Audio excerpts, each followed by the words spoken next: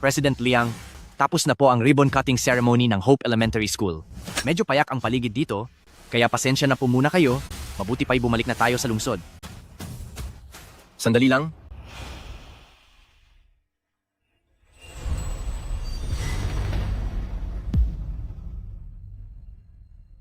Banyo ng lalaki ito. Ikaw, Tulungan niyo po ako. Makaaawa po sa inyo. Iligtas niyo po ako. Sila. Susubukan nila akong hulihin at ibalik para ipakasal sa matandang lalaki.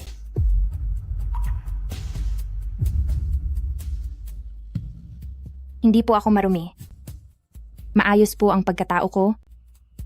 Nagmamakaawa po ako sa inyo.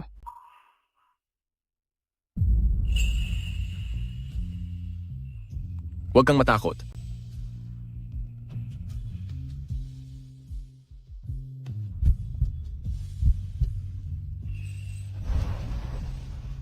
President Liang, ito ay Sumakay ka muna sa kotse.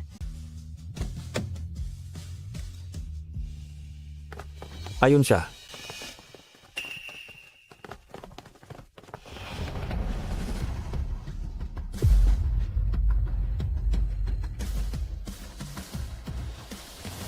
Lin Xiao, bata ka. Huwag ka nang magtago. Hindi ka makakatakas. Huwag mong isiping porke naging top student ka. Sa probinsya ay magagawa mo na ang gusto mo. Yung admission letter mo, matagal ko na iyong pinunit-punit. mga Ginoo, maaari na kayong umalis. Huwag niyo pong gambalain ang aming boss at ang ginang. May hinahanap kaming tao. Wala rito ang hinahanap nyo, umalis na kayo agad. Kung hindi ay tatawag ako sa 911.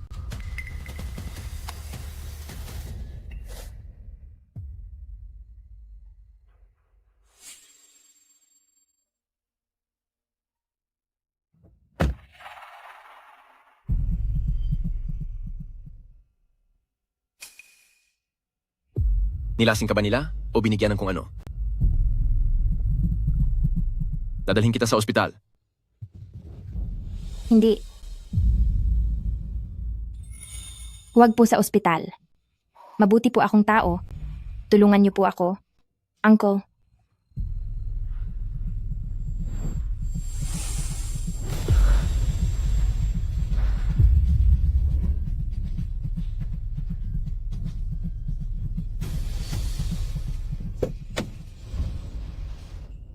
Salamat sa pagliligtas sa akin. Maraming salamat po talaga.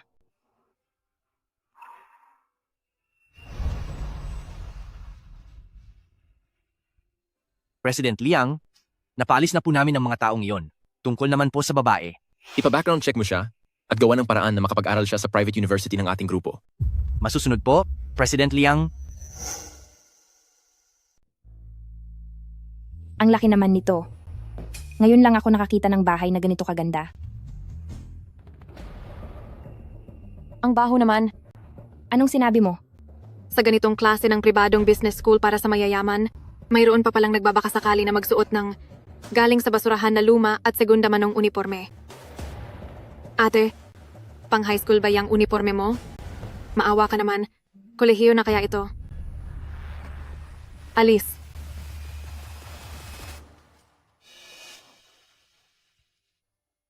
Binigyan ako ng pagkakataon ng isang mabuting tao para makapag-aral muli. Kaya hindi ako magpapaapekto sa mga ganitong bagay. Laban.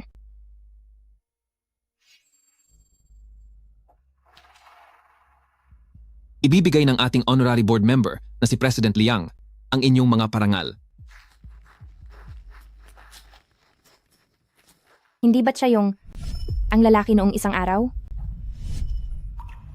Si Liang Chen yan? Siya ang pinakabatang miyembro ng listahan ng Forbes. Wala pa siyang interes sa kahit sinong babae. Ngayon lang siya talaga pumunta sa school natin. Iyan ay si Kuya Liang Chen. Alam niya na bilang fiancé niya. Ngayon ang pasok ko. Kaya sinadya niyang pumunta para ibigay ang award sa akin. Mahal na mahal ka talaga niya. Nakakaingit naman. Para sa scholarship. Ng mga bagong mag-aaral ngayong taon, ang nakakuha ng unang parangal ay si Lin Xiao. Bakit siya? Hindi ba yung pinakamagandang estudyante? Hindi ba dapat sa fiancé niya ibibigay ang award na iyon?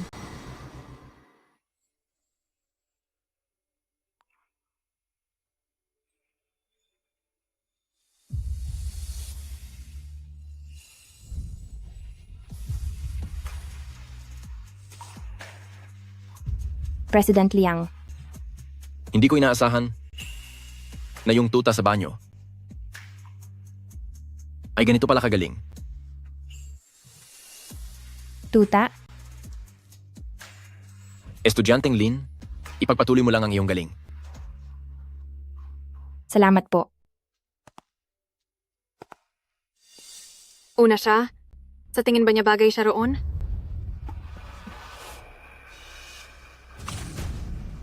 Dahil marumi naman na ang uniforme mo, dagdagan na natin ang mancha ng kape. Luma man ang uniforme ko. Hindi naman luma ang kaalaman ko. May karapatan ang lahat na mag-aral at malinis ang konsensya ko. Sino ka ba sa akala mo? Lakas ng loob mong pangaralan ako. Anong gagawin mo? Teka, bitawan mo ako. Sino po si Binibining Lin? Ako po. Ito ang mga damit na naiwan nyo sa backstage. Ibinabalik ko na ito sa inyo. Salamat po. Bagong uniforme. Siya kaya ang tumulong sa akin. Ngayon lang ako nakasuot ng damit na kasyang-kasya sa akin. Naaalala niya ang sukat ko. Kahit, pati ito ay alam niya.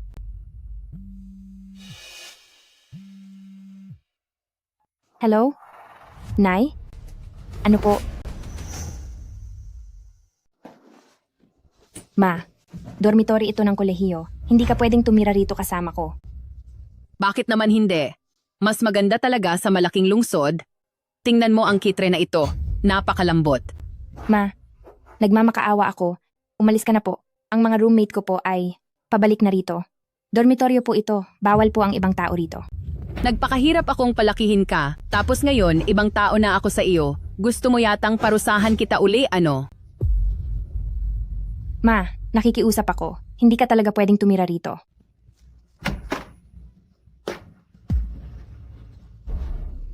Saan galing ang pulubing ito?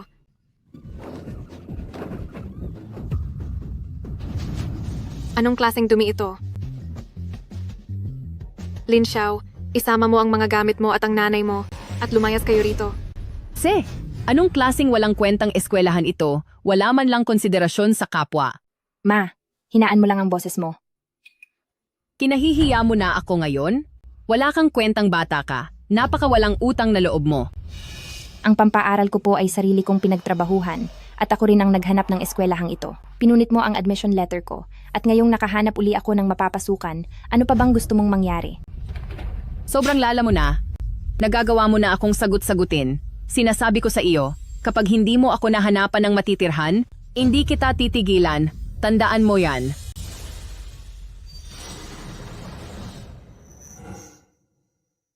Ang mga dadating ngayon ay pawang mga importanteng tao. Ayusin nyo ang trabaho nyo, lalong-lalo na ikaw, na bago lang dito. Kung gusto mong kumita ng pera, huwag kang masyadong mahiyain. Si President Liang, ito ba ang unang pagkakataon mo sa ganitong uri ng okasyon? Ngayong araw, sisiguraduhin kong makakasubok ka ng kakaiba. Wag na, salamat. Halika rito.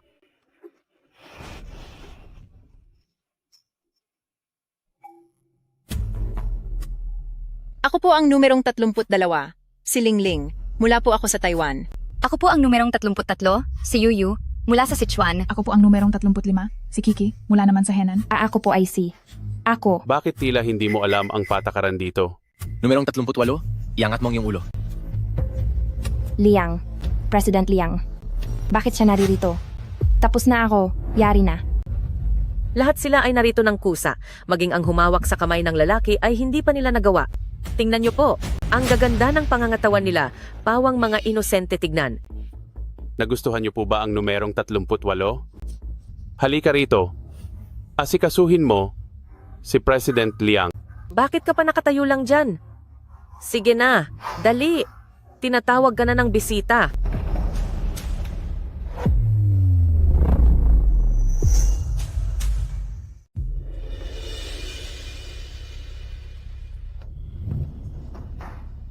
Hindi ko kailangan yan. Maglaro na lang kayo mag-isa. Dahil ayaw ni President Liang, edi akin na lang siya. Boss, pagsisilbihan po kita ng alak. Nasa ganitong trabaho ka na? Bakit kailangan mo pang magpanggap na inosente? Siya, tingin niya rin ba sa akin ay marumi? Hindi na nakakatuwa ang sobrang pagpapakipot. Dalaga, mag-relax ka lang. Hindi ka bibiguin ni Kuya ngayong gabi. Bitawan mo ako! Bitawan mo ako!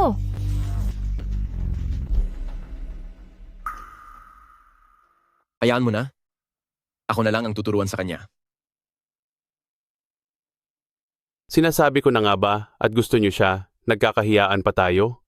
Tara na, sa taas na tayo magsaya. Huwag nating istorbohin ang gagawin ni President Liang. Tara na mga dalaga. President Liang, tungkol sa school uniform noong nakaraan, salamat po sa inyo. Kabibigay ko lang ng scholarship mo. Naubos mo na agad? Ganyan ka ba talaga kabaon sa utang? Hindi po ganoon.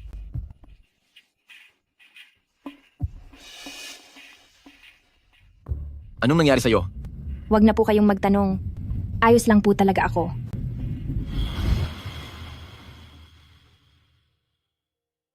Kung magpapadala ako ng tao para mag-imbestiga, gusto mo bang malaman ng paaralan na nagtatrabaho ka sa labas? Huwag po. Kinuha po ng nanay ko ang pera para ipambayad sa kanyang utang sa sugal. Ang roommate ko naman po, ayaw na akong patuluyin sa dorm, tapos pinipilit pa ako ng nanay ko na magtrabaho dito at kumuha ng sariling matutuluyan. Wala na po akong ibang magagawa. Sige na, sige na. Naintindihan ko na. Huwag ka nang umiyak. Ganito na lang. Simula ngayon, ako na ang mag-aalaga at susuporta sa'yo.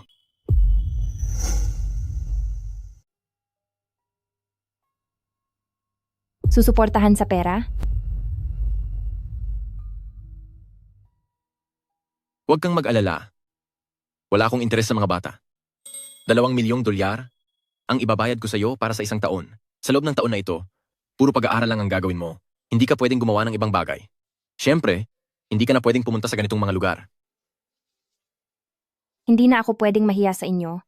Masyado na po akong naging abala sa inyo. Kung ganoon, anong gusto mong mangyari? Pwede po akong tumulong sa gawaing bahay para alagaan po ang buhay nyo, pagluluto po at paglilinis. Base sa presyo sa merkado, sapat na po ang $200 bawat beses. 200? Kung sa tingin nyo po ay mahal, pwede ko pong bawasan pa. Isang estudyante ka pa lang? Marunong ka ba talagang gumawa ng gawaing bahay? Kaya ko po. Noon sa probinsya namin, ako lang mag-isa ang nagpapakain sa 10 baboy, kaya ang pagluluto po para sa inyo. Siguro po ay hindi mahirap. Sige, tingnan natin ang galing mo. Diyos ko, ang ganda naman dito. Mas magara pa ito sa hall ng paaralan. Ako na ang bahala sa sitwasyon ng nanay mo. Mula ngayon dito ka natitira. Ginoong Liang, dito po ba sa bahay? Kayo lang po ba mag-isa ang nakatira? Masyado akong pihikan sa linis. Ayaw ko ng ibang tao sa paligid ko. Huwag po kayong mag-alala. Sisiguraduhin ko pong lilinisin ko ang bahay ng maigi para hindi po ako maging abala sa inyo. Mas gusto ko pang angguluhin mo ako ng ilang beses.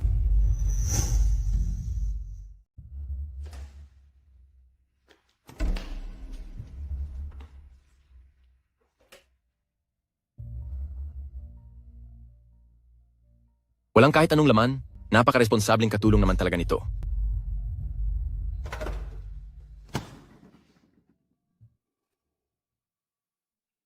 Huwag kang masyadong uminom ng tubig na may yelo. May inihanda ako para sa iyo sa kusina na tsaang pampalusog.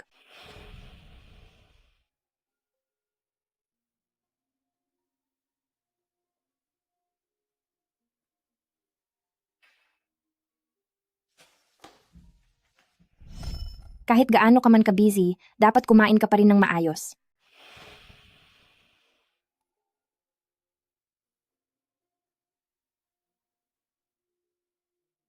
Ang mga papeles para sa trabaho ay nasa 2 baitang. Ang mga gamit sa opisina ay nasa 3 baitang at ang mga tableta ay nasa 4 na baitang.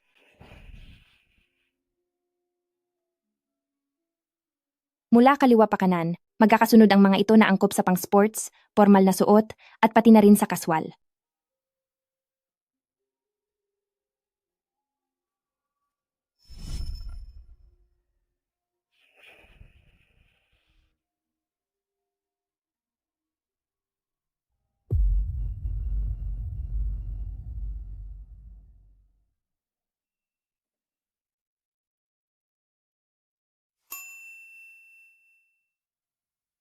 Sabi mo aalagaan mo ako? Pero ang sarili mo ay hindi mo man lang maalaagan.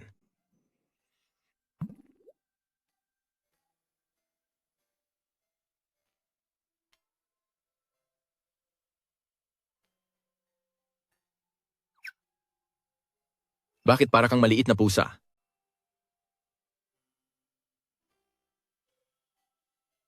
Salamat. Bata. Bakit ang init dito? Bubuksan ko po ang aircon. Hindi ko akalaing uwi ka ng ganito kaaga. Madalas mo ba dito sa bahay na hindi binubuksan ng aircon? Hindi naman po mainit dito sa loob. Mas presko pa nga ito kumpara noong naggagapas pa ako sa bukid ng mga trigo. At saka, sa kuryente ng aircon, makakatipid ako sa loob ng isang buwan ng $264 na dolyar. Talaga? Napakagaling mo naman. Siyempre naman po, marami po kasi akong natutunang mga paraan para makatipid. Halimbawa na lang, iyong tubig na pinampaligo ay ipambubuhos sa banyo, iyong pinaghugasan ng bigas ay pandilig sa halaman. At saka po pala, nakatuklas ako ng isang bentahan ng gulay na napakamura. Kahit 8 istasyon pa ang layo ng lalakarin ko. Doon sa kanila, ang karne ng baka kumpara sa iba ay mas mura ng $4 kada kilo. Oh, tingnan niyo po. Iiyong pambili ng pagkain na ibinibigay niyo sa akin, naipon ko po lahat, ganito na po karami ang naipon ko. Hindi ko kailangang magtipid. Kunin mo ito. Bilhin mo lahat ng gusto mo. Ayoko po. Ang pera niyo po ay hindi naman pinulot lang sa kung saan. Tuwing may mga dinner meeting kayo, mukhang nahihirapan kayo kapag nalalasing. Napapansin ko ring ang ilaw sa opisina mo ay laging bukas hanggang madaling araw. Ang kumita ng pera ay hindi madali. Wala pang kahit sino ang nakapagsabi sa akin ng ganyan. Mabuti po kayong tao. Ang Hope Primary School sa baryo namin ay kayo ang nagpatayo sa pamamagitan ng donasyon. Ang mga taong mabuti ay nararapat lang na biyayaan.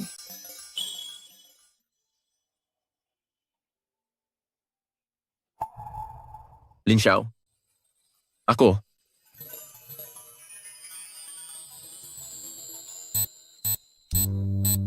Handa na ang sopas. Patatayin ko muna ang kalan.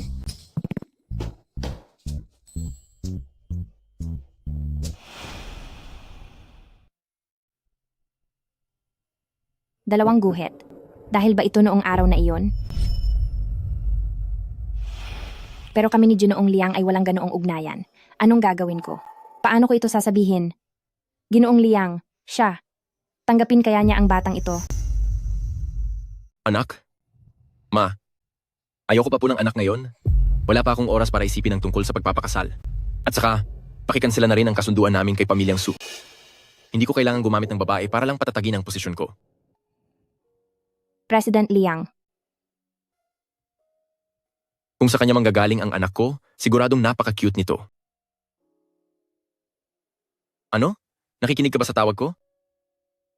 Hindi po. Ano iyang itinatago mo sa kamay mo? Wala po ito. Siyang ka pala President Liang. Hindi ba't may meeting pa kayo mamaya? Kailangan nyo na pong umalis ngayon. Sige, aking mahal na assistant. Ayaw ni Ginoong Liang ng anak. Anong gagawin ko?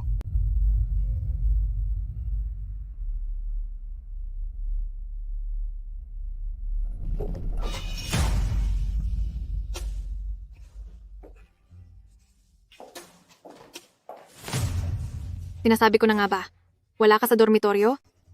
Hindi ko akalain na nandito ka pala at inaakit ang fiancé ko. Ginoong Liang. Si Ginoong Liang ang fiancé mo? Kung hindi sa akin, kanino? Sa iyo? Naaawa lang si Kuya Chen sa iyo. Huwag kang masyadong bilib sa sarili mo. Mali po ang iniisip nyo. Isa lang akong katulong ni President Liang. Katulong? Sa bahay ng fiancé ko, hindi kailangan ng kahit sinong babae bukod sa akin. Kahit babaeng lamok, bawal. Naintindihan ko po. Aalis na po ako ngayon. President Liang. Hindi po maganda ang sikmura ni President Liang. Dapat laging mainit ang almusal niya. Saka, kapag natutulog siya sa gabi. Tama na, tama na. Hindi ko ba kilala ang lalaki ko? Umalis ka na.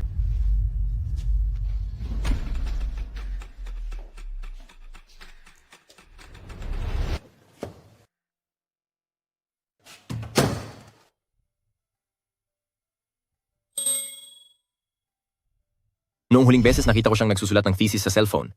Regaluhan ko siya ng computer. Siguradong matutuwa siya. Lin Xiao? Lin Xiao? Kuya Achen, nandito ka na pala. Bakit ikaw ang nandito? Nasaan si Lin Xiao? Bakit ikaw? Nasaan si Lin Xiao? Ang maliit na katulong na yun ba? Sabi niya, masyado raw mababa ang binabayad mo, kaya umalis na siya. Talagang sinabi niya yon? Oo naman. Ganyan talaga ang mga taong tulad niya. Pera-pera lang ang mahalaga sa kanila. Ngayon, hindi natin alam kung kaninong matandang lalaki na siya sumasama. Hindi ko gustong may ibang tao sa loob ng bahay ko. Lumabas ka. Kuya Achen, Huwag mo nang paabutin sa pangalawang beses.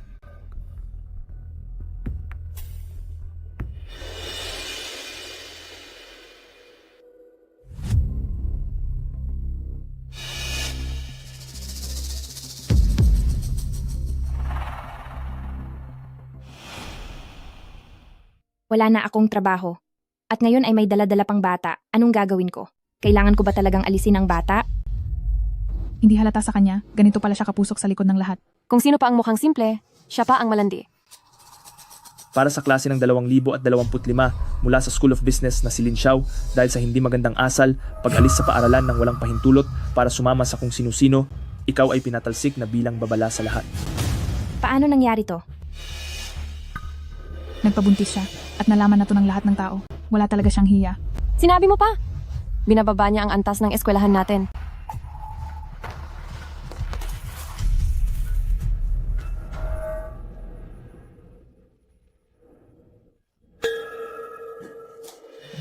Maganda ang babaeng ito. Sa isang gabi lang, siguradong kikita tayo ng ilang 10,000 dolyar. Diba? Itong anak ko wala mang ibang talento, pero biniyayaan ng ganda. Hinding-hindi kayo lulugi. Xiao, bakit nakatayo ka lang dyan? Sumama ka sa dalawang magiting na ito at magsimula ka ng magtrabaho sa bar. Ma,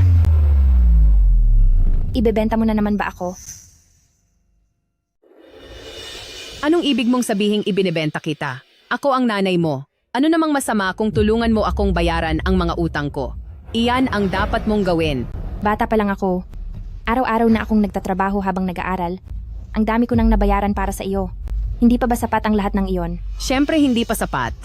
Mula nang isilang ka, dinala mo ang malas at nawala ang tatay mo. Kaya naman naging napakahirap ng buhay ko. Utang mo sa akin ang lahat. Ikaw na malas ka. Nay, pero isa rin naman akong individual na tao. Gusto ko ring magkaroon ng sariling buhay, ang sarili kong pamumuhay. Hindi ko pwedeng gugulin ang buong buhay ko sa pag-aayos ng mga gulo mo. Anong hindi pwede? Lin Xiao, sasabihin ko sa iyo, anak kita hanggat buhay ka at habang buhay mo akong kailangang pagsilbihan. Kapag may trabaho ka na, puntahan mo ang boss mo. Kapag nag-asawa ka naman, kukulitin ko ang asawa mo. Utang ka sa akin habang buhay na hinding-hindi mo mababayaran. Gusto mo akong iwan? Maghintay ka sa susunod na buhay. Kung ano ang puno, ay siya ring bunga. Kaya pala nabubuhay siya na napakahirap at miserable, kumakain ng momo at nagtitiis sa tira-tira. Walang kwenta ang buhay niya. Tama, mas mabuti pang matapos na ito ng maaga, baka sakali, mas maganda na ang buhay mo sa susunod. Alam niyo, mas mabuti pang wala na siya. Dahil kung mawawala na siya at may iwang buhay ang bata, maghihirap lang din ito pagkapanganak. Dahil kung sakali, wala na ang magulang pero buhay ang bata, maghihirap lang din ito sa mundo. Tama. Ang buhay kong ito, hindi ba puro paghihirap lang? Bakit ba masyado akong nag-aalala sa isang babaeng mukhang pera? Liang Chen, baliw ka na talaga.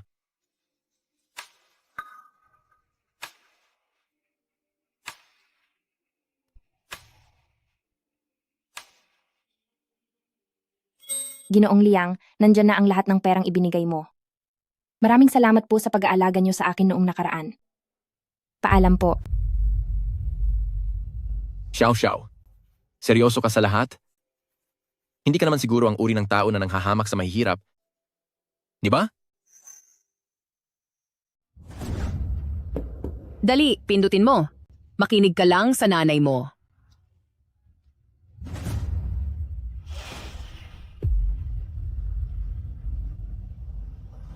Sige. Sasama na ako sa inyo. Magbibihis muna ako, kaya maghintay muna kayo sa labas. Bakit ba ang dami mo pang kailangan gawin?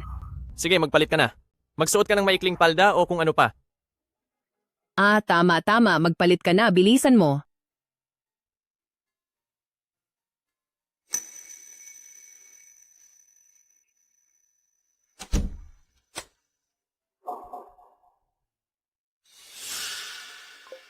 Ginoong Liang, mapapangasawa mo siya. Hindi siya sa akin. Bakit? Sa iyo ba siya? Umalis ka na dito. Sinasabi ko na nga ba, si Su Ching, na masamang tao na naman.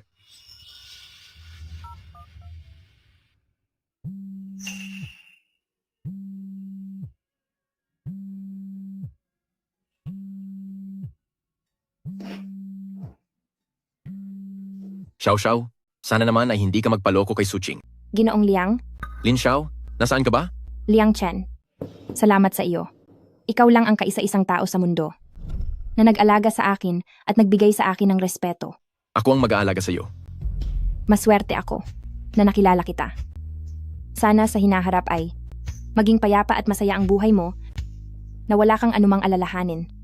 Lin Xiao, anong ibig mong sabihin? Paalam na, Liang Chen.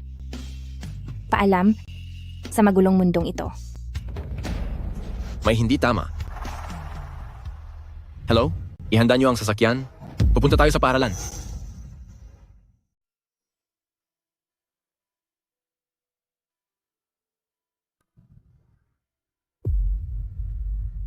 Bilisan niyo pa. Hoy, linisin ang kalsada sa unahan. Anak, ginagawa na ni Mami ang lahat para manatili sa mundong ito. Pero ang tadhana, ayaw talaga akong lubayan. Napakapait ng mundong ito. Masyado itong mapait kaya wala na akong lakas para harapin pa ang bukas. Anak, huwag kang magagalit kay Mami. Ayaw ko pang magkaroon ng anak. Ang mabuhay ay pagsasayang lang ng hininga. Maghihirap lang iyan kapag isinilang. Tama ang sinasabi nila. Magdurusa ka lang kapag isinilang ka. Sumama ka na lang kay Mommy para mawala ang hirap. Dito sa mundong ito, wala nang sinumang makakaparito para sumaklolo sa atin.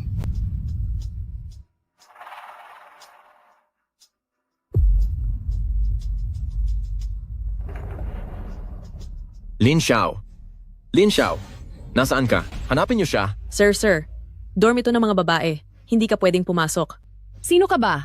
Bakit mo ba hinahanap ang anak ko? Hindi pa man handa. Nandito na si Brother Liang. Pre, huwag kang magmadali. Nandyan siya sa loob. Lalabas din siya para samahan ka pagkatapos magbihis. Madaling pag-usapan ng bayad. Anong ginagawa nyo? May krimen. Tulong. Kuya Achen, bakit mo ba pinoprotektahan ang masamang babaeng iyon? Ayokong manakit ng babae. Umalis ka sa daan. Hindi ka pwedeng pumasok?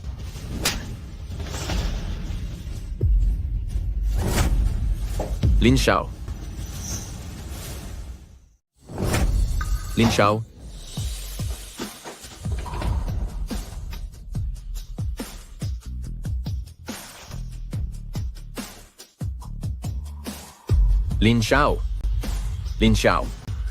Sino kayo? May nanamantala. May nananakit dito. Gising. Paano mo nagawa ito? Paano mo naisipang gumawa ng ganitong kamalian? Liang Chen, natanggal na po ako sa eskwela. Wala na akong mukhang ihaharap sa inyo. Natanggal? Anong nangyari? Sinong may lakas ng loob na tanggalin ka? Kuya Achen, bakit mo pa ba siya pinoprotektahan? Wala siyang delikadeza, hindi natin alam kung kanino niya nakuha ang batang nasa sinapupunan niya, ang ganitong masamang impluensya, at may problemang karakter na estudyante, dito sa paaralan natin, ay nararapat lang natanggalin. May dinadala siyang bata? Totoo bang sinasabi niya? Para sa akin, napakagaan pa ng parusang pagkakatanggal sa kaniya. Dapat din nating bawiin ang scholarship na ibinigay sa kaniya. Dahil ang pera ng Liang Group, kung mapupunta lang sa babaeng yan, ay hindi lang magpapahiya sa eskwelahan, sisirain din yan ang pangalan ng Liang Group. Kuya Achen, sinaktan mo ako? Dapat lang yan sa'yo. Su Ching, sinong nagbigay sa'yo ng karapatan para bastusin ang ina ng anak ko? At ikaw, dinadala mo ang anak ni Liang Chen at nagawa mo pang sakta ng sarili mo? Sino ang nagbigay sa iyo ng lakas ng loob? Imposible iyan. Kuya Achen, Siguradong niloloko ka lang niya. Hindi siya matinong babae. Nang magsimula pa lang ang klase, ay nagtatrabaho na siya sa mga club. Hindi na natin alam kung sa ilang lalaki na siya sumama. Hindi iyan totoo. Tawagan ng doktor at kumuha ng dugo kay Binibining Lin. Opo, sir. Suching, akala mo ba ay katulad mo akong mangmang? Sa pamamagitan lang ng pagkuha ng dugo ng buntis ay maaari nang malaman ang tunay na magulang. Nakahanda akong pusta. Nasa akin ang batang ito. Ikaw? Kaya niyo bang pumusta ni na pamilyang sulaban sa akin? Ako. Chairman Liang, nandito na po pala kayo. Bakit hindi po kayo nagsabi? Hinahayaan niyo lang ang ibang tao na gumawa ng kwento laban sa sarili ninyong estudyante. Tingin ko bilang principal ay naging masyadong kampante ka na. Isa pa, kahit nabuntis siya, ito ba ang sapat na dahilan para sa inyong paaralan na basta-basta na lang patalsikin ang isang estudyante? Pasensya na po, President Liang.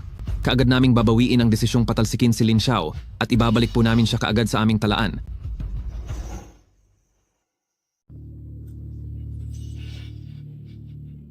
Ikaw si President Liang, hindi ba?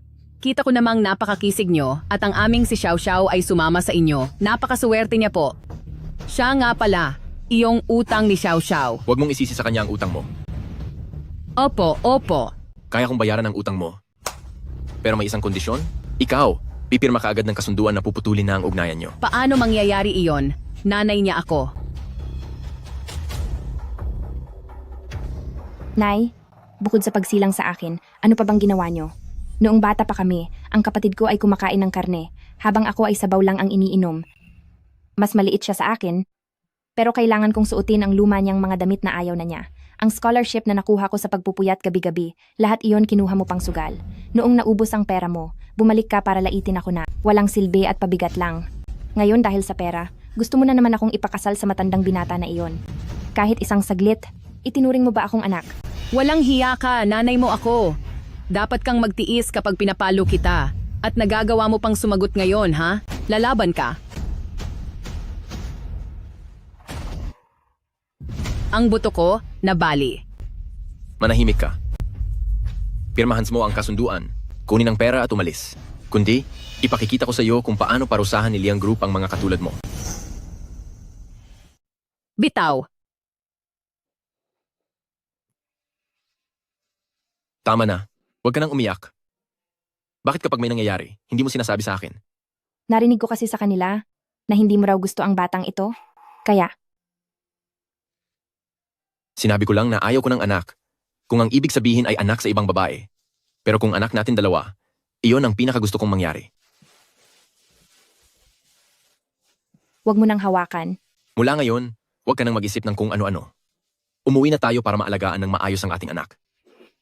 Hindi ako pumapayag. Kuya Achen, samantalang ako ang dapat na mapangasawa mo, anong karapatan mong isama ang probinsya ng iyan sa bahay niyo? Isa lang naman siyang hamak na katulong. Saang aspeto ba siya naging karapat-dapat sa iyo? Ano naman kung isa siyang katulong?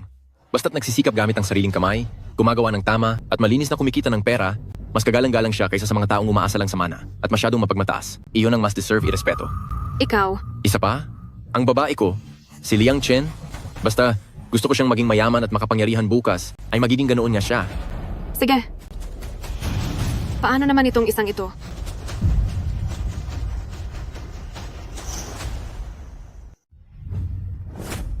Siya na nanggaling sa kung saan-saang club. Gaano ba siya kalinis? Dahil sa pera, hindi na alam kung sino-sinong lalaki ang nakasama niya. Hindi natin alam kung kaninong bata iyan sa sinapupunan niya. Kahit nasa iyo pa ang batang iyan, pagkapanganak pa lang, siguradong may dala na siyang kung anong sakit. Hindi po totoo. Unang beses ko pa lang doon. At sa unang pagkakataon na iyon, doon din kita nakatagpo. Wala akong ginawang masama sa iyo, at wala rin akong ginawang makaaapekto sa puri ko. Huwag mo nang ituloy.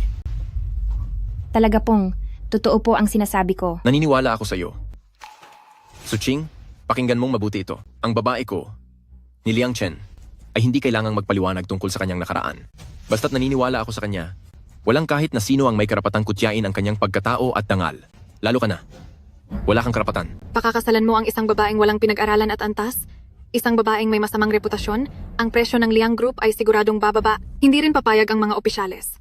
Para lang sa kanya, isusuko mo ang lahat ng pakinabang ng buong grupo? Ang presyo ng shares, hayaan mong bumaba. Ang kumpanyang binuo ko, ni Liang Chen, ay hindi maaapektuhan dahil lang sa mga walang kwentang chismis tungkol sa asawa ko. Tungkol naman sa mga opisyales, kung magdududa sila sa sarili kong buhay, sabihin mo sa kanila na diretsyo nila itong pag-usapan sa akin. Kuya Liang Chen, bakit hindi mo pa rin maintindihan?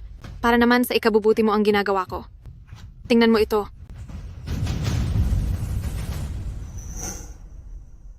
Ito ang medical report mo noong isang taon. Nakasulat dito ng malinaw na masyadong mababa ang bilang ng iyong punla. At malabo nang makabuo ka ng anak, nakalimutan mo na ba? Ginoong Liang, totoo ba ito? Oo. Kaming mga pamilya Liang, simula pa noong panahon ng aming mga ninuno, ay mahirap na talagang magkaanak. At sa henerasyon ko, ako na lang ang nag-iisang tagapagmana sa 3 henerasyon. Kaya nga dati ay hindi ko rin magawa na. Kuya Chen, si Tita Liang ay matanda na at gustong-gusto na niyang magkaapo. Pero kung kukuha ka lang sa labas ng kung sino-sinong bata na hindi natin alam ang pinagmulan, ay talagang hindi tama iyan. Gusto mo bang magkasakit ng malubha ang tita mo sa sobrang galit? Kung hindi sa'yo ang batang ito, kanino ito? Ang kasinungalingan ay mananatiling kasinungalingan. Lin Xiao, pwede mo silang maloko, pero bakit pati ang sarili mo ay niloloko mo? Lin Xiao, tingnan natin kung paano ka magpapaliwanag ngayon. Huwag mong sabihing nabuntis ka ng wala man lang nangyari. Akala mo ba talaga ay ikaw si Santa Maria? Maria? Pangalan ng isang masamang babae? Mukhang bagay naman sa iyo. Kuya Achen, ngayon alam mo na ginagawa ko ito para sa ikabubuti mo. Ang dinadala niya ay hinding-hindi mo anak. Ginoong Liang, salamat dahil naniwala ka sa akin. Kaya lang, nararamdaman ko na hindi kita deserve. Isang probinsyanang tulad mo, umaasa pang gumanda ang buhay dahil sa anak? Tingnan mo muna kung sino ka ba talaga. President Liang, lumabas na ang resulta ng DNA test. Maghintay ka na lang na mapalayas sa paaralan? Hampas lupa ka. President Liang, ang resulta ng pagsusuri ay nagpapatunay na ang bata sa sinapupunan ni Binibining Lin at ang inyong ugnayan ay may posibilidad na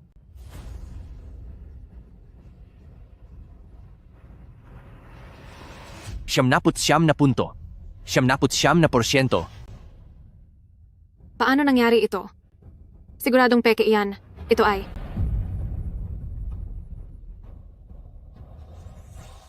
Magiging tatay na ako? Magiging tatay na ako. Lin Xiao, narinig mo ba yon? Magiging tatay na ako. Ito ang anak natin? Ang ating anak.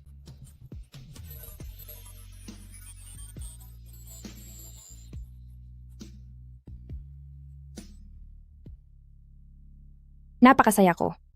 Liang Chen, magkakaroon na tayo ng sariling anak. Paano ito nangyari? Malinaw na si Pamilya Liang ay wala ng kakayahang magkaanak. Huwag mong sabihing ikaw ang nababalitang sobrang daling mabuntis?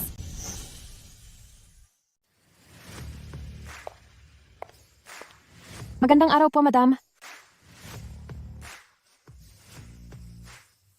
Bakit ang daming tao rito? Siya si Tia Li, eksperto sa nutrisyon habang buntis. Siya naman si Dr. Zhang, ang nakatalagang mag-alaga sa bata. At ito naman si Teacher Wang, na bahala sa prenatal yoga mo. Pati na ang mga taong ito, sila ang mamamahala sa balat mo at sa mga pang-araw-araw mong gawain. Sobra na ito. Hindi ba't pihikan ka sa kalinisan? At saka hindi ko kailangan ng ganito kadaming tao. Makinig ka sa akin. Ikaw at ang anak natin, ang pinaka-importante ngayon, dapat kang makakuha ng pinakamahusay na pag-aalaga. Huwag mo na akong alalahanin. Basta't masaya ka, sasaya na rin ako. Salamat. Ginoong Liang. Ginong Liang pa rin ang tawag mo sa akin? Honey, Ganyan nga. Ang bait talaga. Ihatid niyo ang misis ko para makapagpalit ng damit. Opo.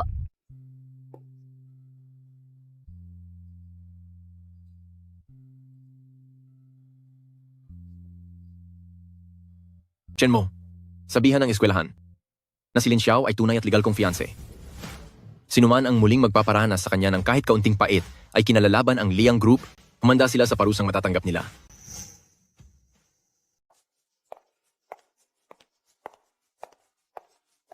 Pinapunta ko sila rito dala ang lahat ng damit sa shop. Pinadala ko na ang lahat. Sukatin mo kung anong magustuhan mo. Sobrang laki naman ng gastos nito, os naman ang suot ko ngayon. Bilang babae ni Liang Chen, karapat-dapat ka lang sa pinakamagandang bagay dito sa mundo. Samahan ng ginang para magsukat.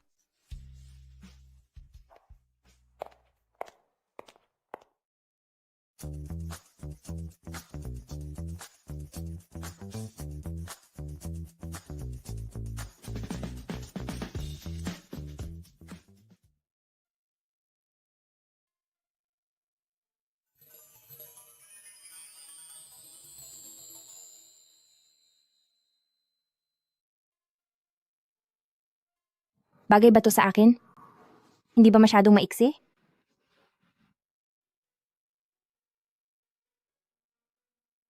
Siyempre hindi.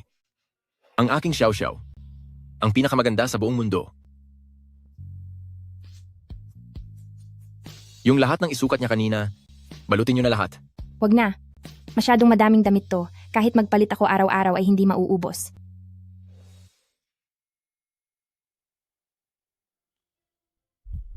Isa sa umaga. Tapos magsuot ka uli para sa akin sa gabi. Hindi ba't sakto lang iyon? Aking Xiao Xiao. Ginoong Liang, Maling tawag na naman. asawa ko. Gusto mo ba ang bago mong damit? Napakaganda. At parang kumpara dati ay talagang nagbago na. Siyempre, ito ay mabuting pagbabago. Mabuti naman kung ganoon. Kung may kailangan ka, pakiabi na lang kay Old Lee para makarating sa akin.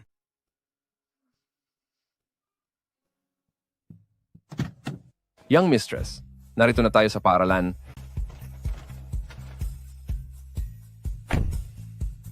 Ito po ang inyong baon.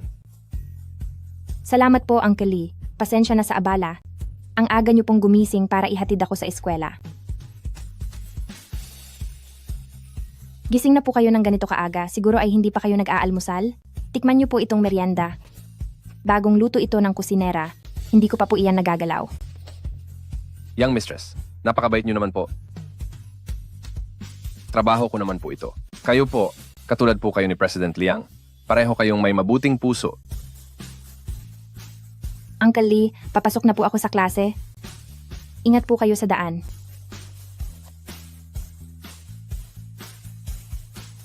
Isang babaeng napakalinis ng kalooban, napakabihira ng makakita ng katulad niya.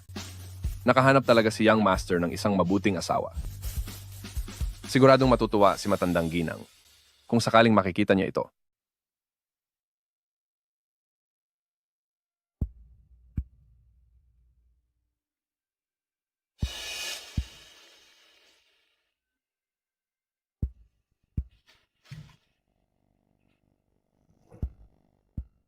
Hanggang dito na lang ang ating leksyon, tapos na ang klase.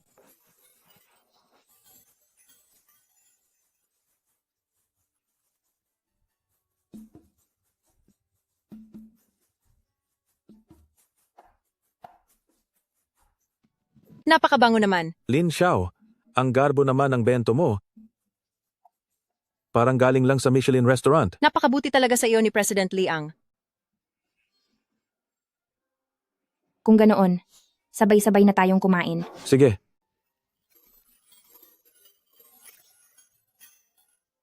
Pagkain lang iyan. Sino naman ang gusto mong suhulan? Kuya Achen, binibigyan ka lang niya ng makakain dahil dala-dala mo ang anak ni Pamilya Liang.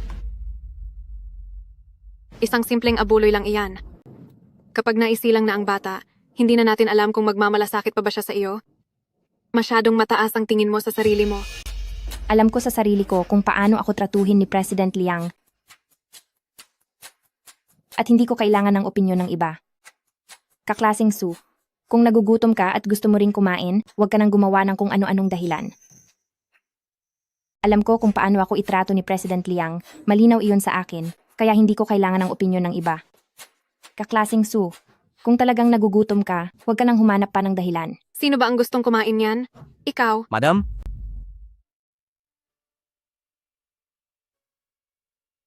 Nagpadala si President Liang para sa iyong mga kaklase ng merienda at mga gamit sa pagpapaganda. Bilang pasasalamat po sa inyong pag-aalaga sa kanya.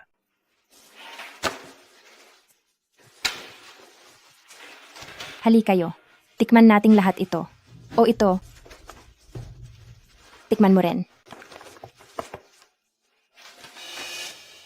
Anong pamipamahagi ang pinagsasabi mo?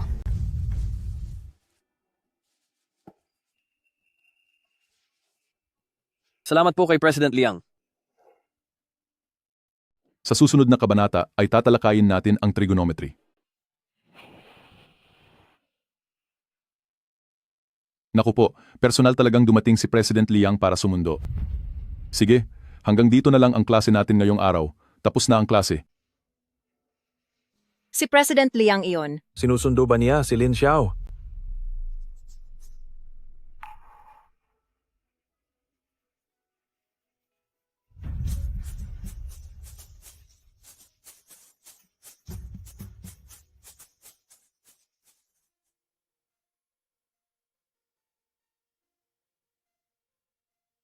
Pagod ka ba? Bakit ka na parito? Hindi ba abala sa kumpanya?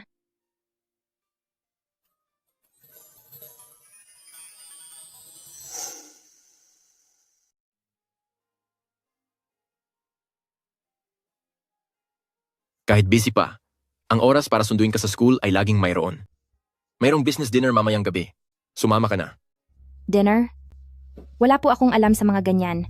At hindi rin po ako magaling magsalita. Siguradong mapapahiya lang po kayo dahil sa akin. Ayos lang kung wala kang alam. Pwede naman kitang turuan ng dahan-dahan. Xiao Xiao, umaasa ako na gamit ang aking posisyon ay makikita mo ang mas malawak na mundo. Nararapat lang sa iyo ang mas magandang buhay. Kahit tumuntong ka pa sa aking mga balikat, abutin mo ang iyong mga pangarap. Ang asawa ko ay hindi dapat maging parang ibong nakakulong sa bahay. Sa halip, gusto kong maging langit na sumusuporta sa iyong paglipad. Sige po. Pagbubutihan ko po ang pag-aaral at hindi ko po kayo bibiguin. Mamaya, isasama kita para makaharap ang ilang board members. President Liang, hinahanap po kayo ni Matandang Gina. Sige na, pumunta ka na. Kaya ko naman kahit mag-isa. Sige, mag-ingat ka rito.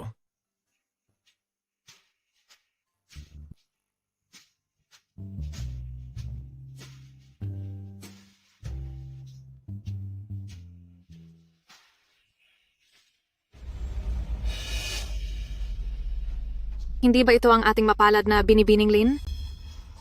Sa suot mong yan, talaga bang iniisip mo na magiging prinsesa ka na? Wala kang pakialam doon. Hindi ka pa nga nakakapasok sa pamilya, umaasta ka na agad na senyora. Baka gusto lang subukan ni Kuya Atchen ang tulad mong basura. Nag-iiba lang siya ng panlasa. Sa taas ng antas ni Tita Liang, tingin mo ba papatulan niya ang isang mababang uri na tulad mo? Matandang Ginang Liang? Si Tita Liang ay isang kilalang reyna sa mundo ng negosyo, napakahigpit ng kanyang panlasa. Kahit ikaw,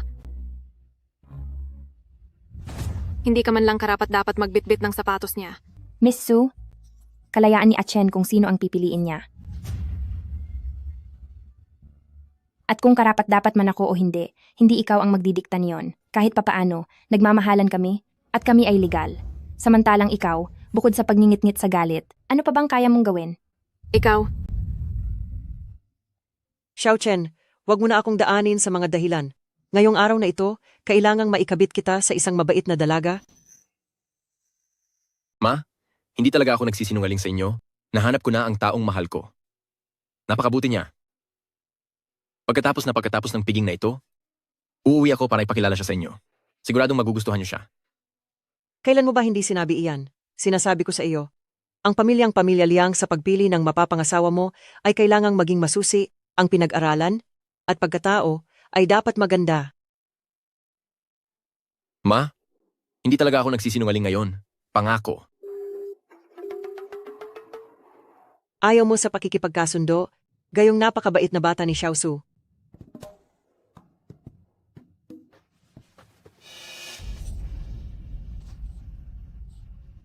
Bakit parang nahihilo ako? Lin Xiao, isang walang hiyang kagaya mo na hindi nababagay rito. Pagdating ni Tita Liang, may paglalagyan ka.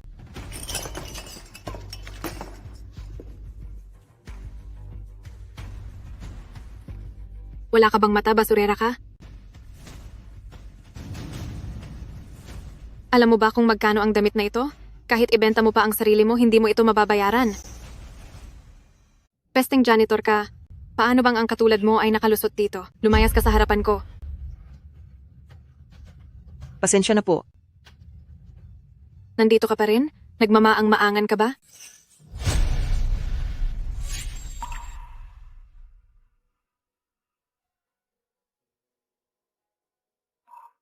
Tita, osya po ba kayo? Heto, kumain po muna kayo ng candy.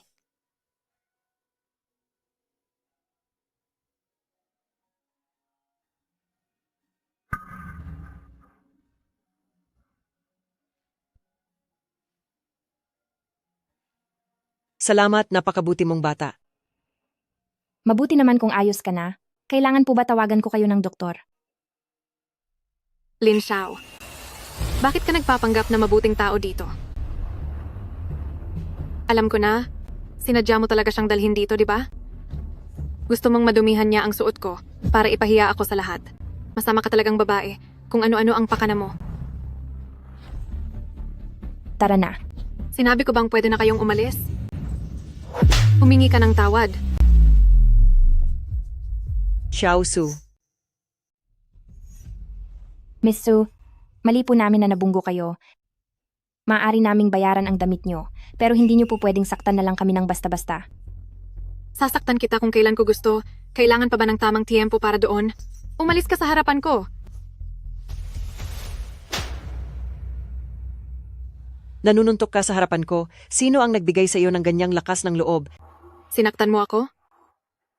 Kayong dalawang walang hiya, lumuhod kayo sa harapan ko at humingi ng tawad. Kung hindi, ang aming pamilyang Su ay gagantihan kayo. Pamilyang Su, sa tingin mo ba ay ka-level kita?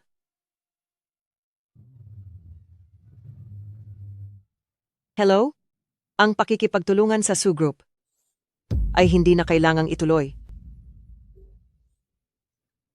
May bitbit lang na lumang cellphone at nagpapanggap na mayaman dito? Isang hamak na tagalinis. Balak pang gumanti sa pamilyang Su. Masyado yatang nanonood ng teleserye. Tita, hindi nyo na po kailangang makisali. Gumagawa lang po siya ng rason para magalit.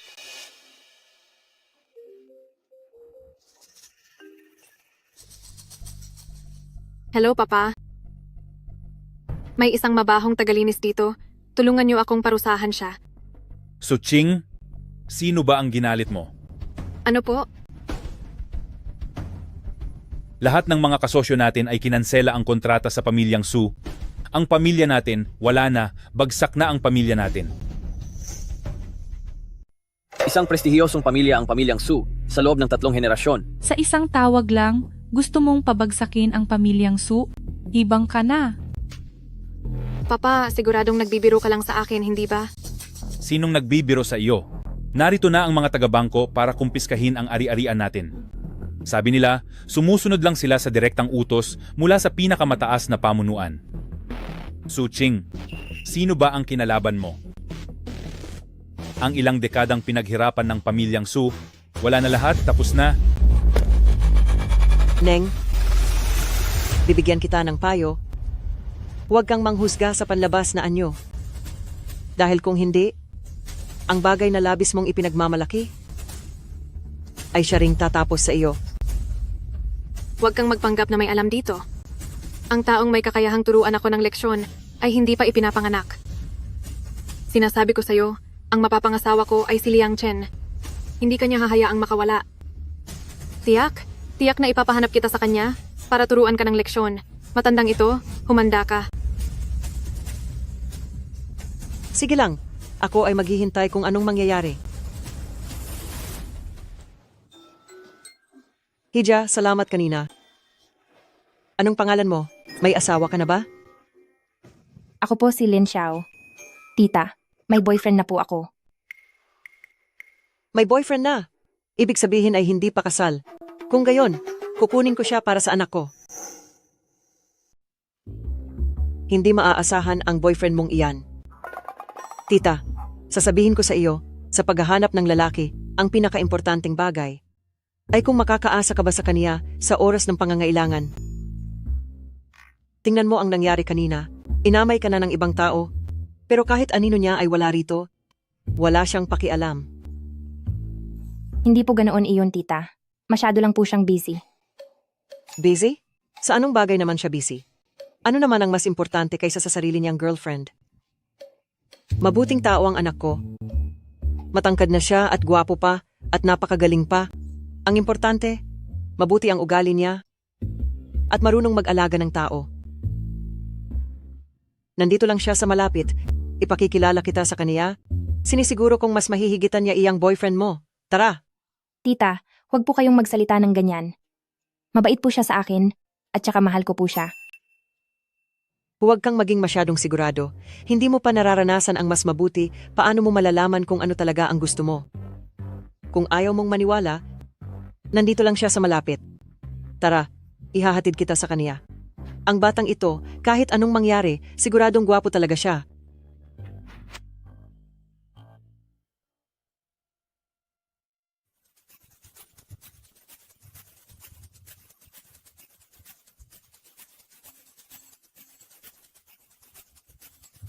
Ano bang nangyayari dito? Atchen, halika rito dali.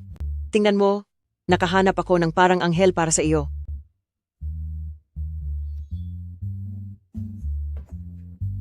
Lumapit ka at tingnan ang dalagang ito. Lin Xiao, mas higit pa siya kaysa sa babaeng kakilala mo ng maraming beses. Siya pala ang nanay ni Achen. Ma, magkakilala. Ba kayo? Higit pa doon. Kung hindi dahil kay Xiao Xiao na umalalay sa akin kanina, kawawa talaga ang mama mo dahil hinaras ako. Wala akong pakialam kahit sino pa iyang babaeng kahinahinalang kasama mo. Basta, ang gusto ko lang na manugang ay si Xiao Xiao lang. Ma, ang totoo ay siya ay. Hindi na ito mapag-uusapan. Dapat mong pakasalan si Xiao Xiao. Iyong mga masamang ugaling. Ano ba ang ginagawa mo? Hindi pa ako tapos magsalita. Kapag naglakas loob kang kumuha ng babaeng mukhang pera, parurusahan talaga kita. Ma, si Xiao Xiao po ang girlfriend ko. Hindi siya mukhang pera. At ang totoo, dala niya po ang anak ko.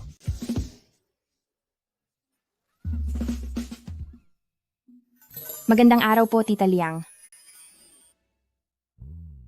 Bata ka. Ikaw talagang bata ka. Bakit hindi mo sinabi agad? Pinagbuntis mo siya bago ikasal. Pagkatapos hindi mo pa siya pinapakasalan. Sa susunod, huwag mong sasabihing anak kita. Ma, ikaw po, kaninong panig ba talaga kayo? Tita po, huwag niyo na pong pagsalitaan ng ganyan si Achen. Mabuti po siyang tao sa akin. Ang batang ito talaga ang hindi nagsasabi ng malinaw. Baliwalain mo na ang mga sinabi ko kanina, huwag mo na po iyon dibdibin.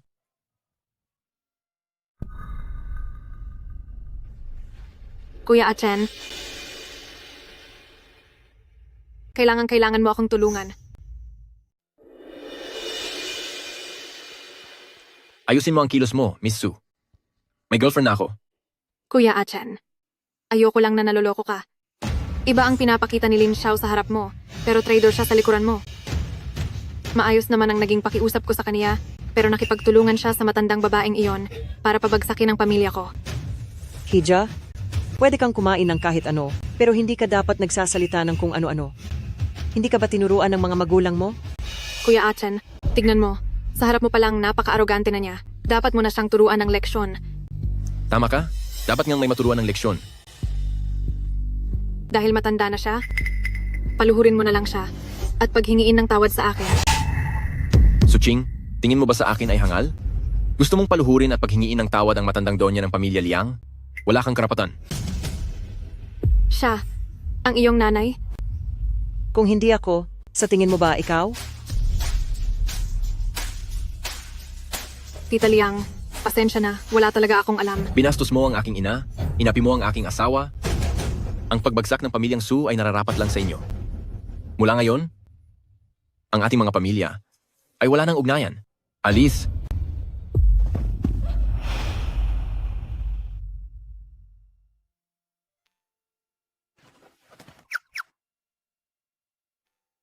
Napakagaling ni Tita Liang. Magugustuhan po kaya niya ako.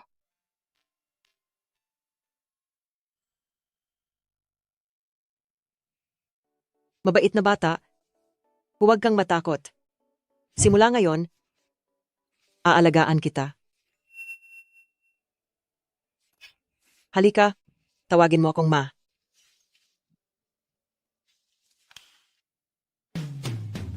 Ma. Ay, ang bait na manugang. Ito ang anunsyo ko. Para sa taong ito, ang eleksyon para sa bagong Student Council ay opisyal nang nagsisimula.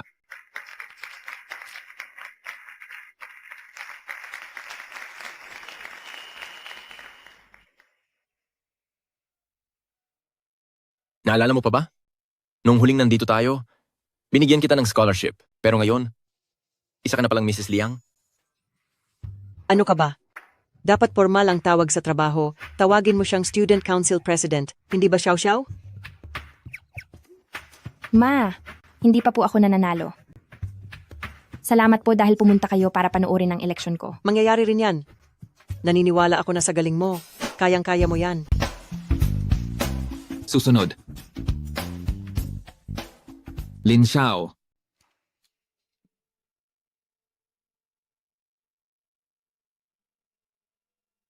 Ang ganda niya. Siya ba ang top 1 ng buong year level? Nararapat lang talaga siya na maging Student Council President. Hindi ba dahil lang yan sa bata sa sinapupunan niya kaya siya nakasandal sa mayaman? Totoo? Isang mahirap na estudyante, tapos mangangarap na maging student council president? Magandang araw sa inyong lahat. Ako si Lin Xiao. Tumatakbo ako para sa posisyon ng Student Council President. Anong karapatan mo para tumakbong Student Council President?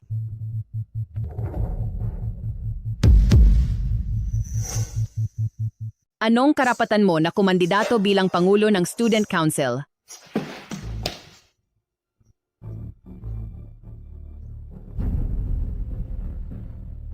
Bakit? Nang makita mo akong sarili mong ina, natakot ka ba?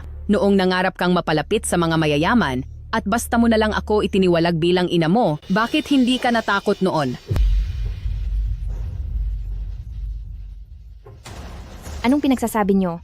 Nagpakahirap ako, nagtipid ako ng husto para lang palakihin ka at tustusan ang pag-aaral mo.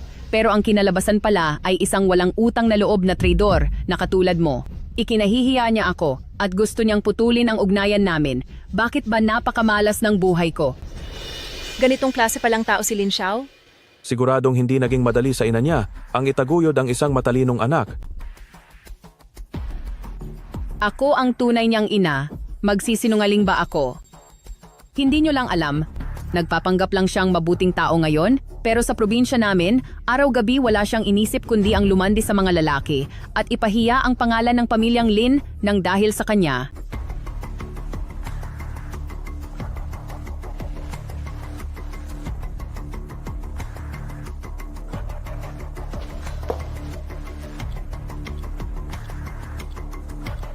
Xiao Xiao, anong nangyayari dito? Siya, ang tunay kong ina. Pero lahat ng sinasabi niya, walang kahit isang katotohanan. Adik siya sa pagsusugal. Ang pera mula sa pagkamatay ni Papa. Pati na ang perang pinaghirapan ko para sa pag-aaral ko noong high school ay naubos niya lahat sa sugal. Noong huli kaming nagkita sa paaralan, pilit niya akong pinapapirma ng masamang kontrata. Para lang pambayad sa mga utang niya. Kung hindi dahil sa pagliligtas sa akin ni Achen, siguro, ngayon ay wala na ako rito at hindi na nakakatayo. Sige na. Huwag mo na ituloy. Ma, sisiguraduhin kong hindi madadamay ang reputasyon ni Pamilya Liang. Anak kong si Xiao Xiao, anong kamalian ba ang sinasabi mo? Hindi mo kailangang humingi ng tawad kaninuman o sa anumang bagay. Wala kang ginagawang mali. Dahil ikaw ang tunay, na biktima at walang kasalanan sa lahat ng ito. Pero, hindi po ba ninyo naiisip na dahil sa pagkakaroon ko ng ganoong ina, ay nakakahiya ako? Magkaiba kayo? magkaiba ang pagkatao ninyo. Hindi pa ako masyadong matanda para hindi makita ang pagkakaibang iyon.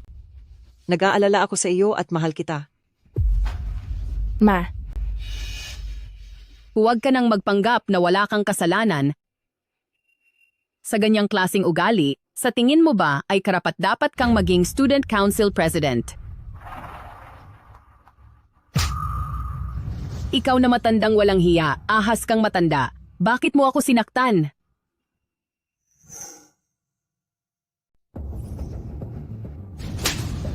Matandang walang hiya ka. Naglakas loob kang saktan ako? Ikaw. Talagang parurusahan kita. Ikaw na matandang sakim sa sarili mong anak. Ikaw! Ikaw! Mga kagalang-galang na guro at mga kaklase, ako ang honorary board member ng paaralang ito. Ako rin ang ina ni Liang Chen at biyenan ni Lin Xiao. Sa pangalan ng Liang Group, tinitiyak ko sa inyong lahat na ang babaeng ito at lahat ng mga sinabi niya ay puro walang katotohanan. Si Lin Xiao ang nakita kong pinakamalasakit at pinakamabait na babae. Ang pagkakahalal niya bilang Student Council President ay dahil sa kanyang sariling pagsisikap.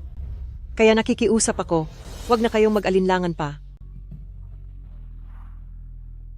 Bukod pa roon, tatapatin ko na kayo ngayon. Si Lin Xiao ay manugang naming mga pamilya Liang at turing na rin namin siyang sariling anak. Simula ngayon, kapag may nagtangka pang mang-api sa kanya, kami na sa pamilya Liang ang makakalaban nyo.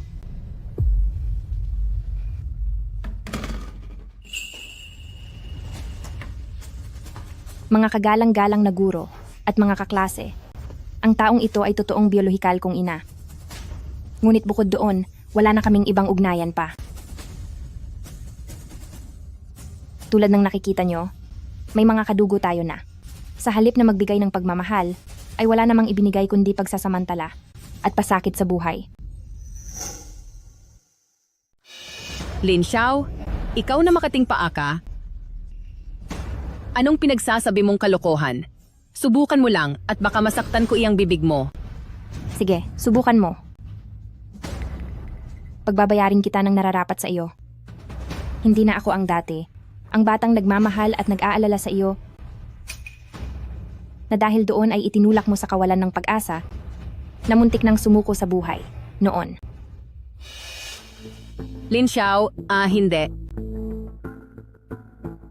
Xiao Xiao, huwag kang magsalita ng ganyan, mahal ka pa rin ng nanay.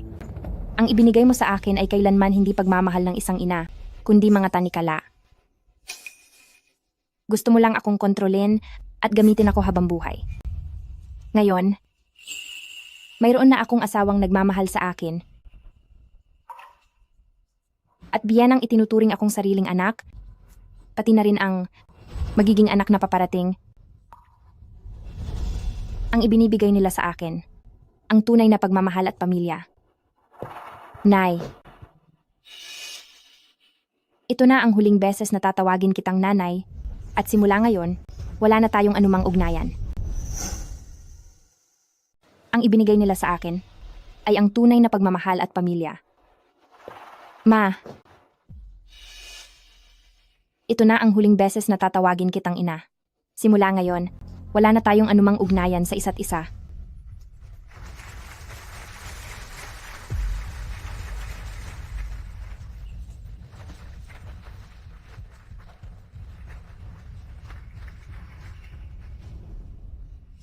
Ang pag-abandona sa iyong sariling ina, nagawa mo pang pagandahin ang pakinggan. Huwag mong kakalimutan, ang Student Council President ng ating pribadong paaralan ay palaging para sa mga estudyanteng mahusay ang grado at may mabuting pinagmulan ang siyang dapat na nanunungkulan. Ikaw na isang taong nagmula lang sa putik, anong karapatan mong pamunuan kami?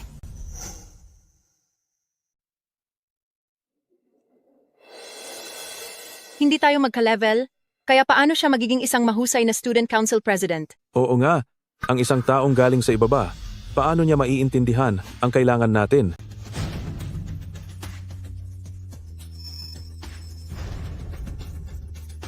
Kung may delikadeza ka, magbitiw ka na lang sa pwesto. Huwag kang magpatawa dito. Basura.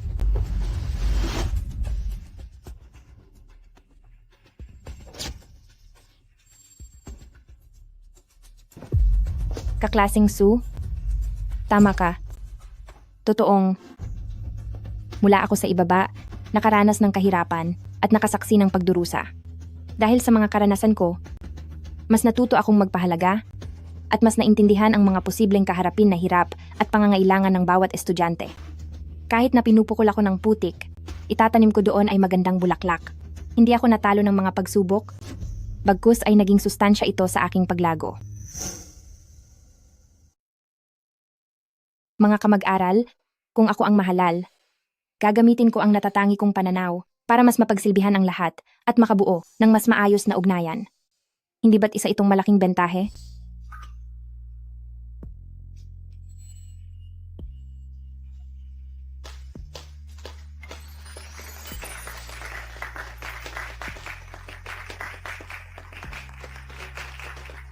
Lin Xiao, napakagaling. Nararapat ka lang na maging student council president.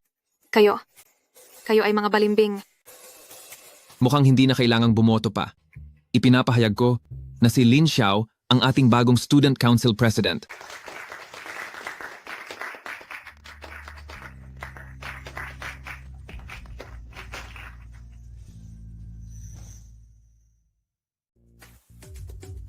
Ipinahahayag ko, Xiao Chen Hope Elementary School, magsisimula na ang ribbon cutting ceremony ngayon. Sinong mag-aakala na ang batang si Lin Xiao ay magkakaroon ng ganito kalaking swerte sa buhay? Totoo yan. Napakalaki ng ibinigay ni President Liang. Pinatayo pa tayo ng ganito kagandang paaralan. Hindi tulad noong una. Ang mga nangyari noon, huwag mo na munang banggitin muli. Sige na.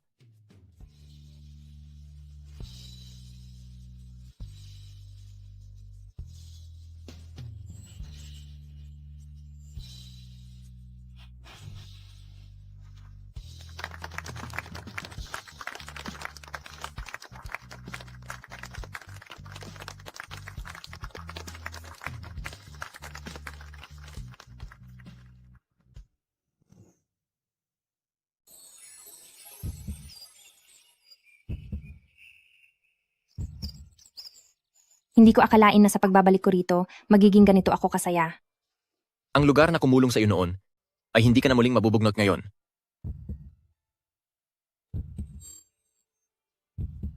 Mahal, tingnan mo. Diyan ang lugar kung saan tayo. Nagsimula ng ating pag-iibigan. Nakakainis ka naman. Ako rin. Aalalahanin ko ito habang buhay. Iniligtas mo pa ako noon gaya ng isang bayani.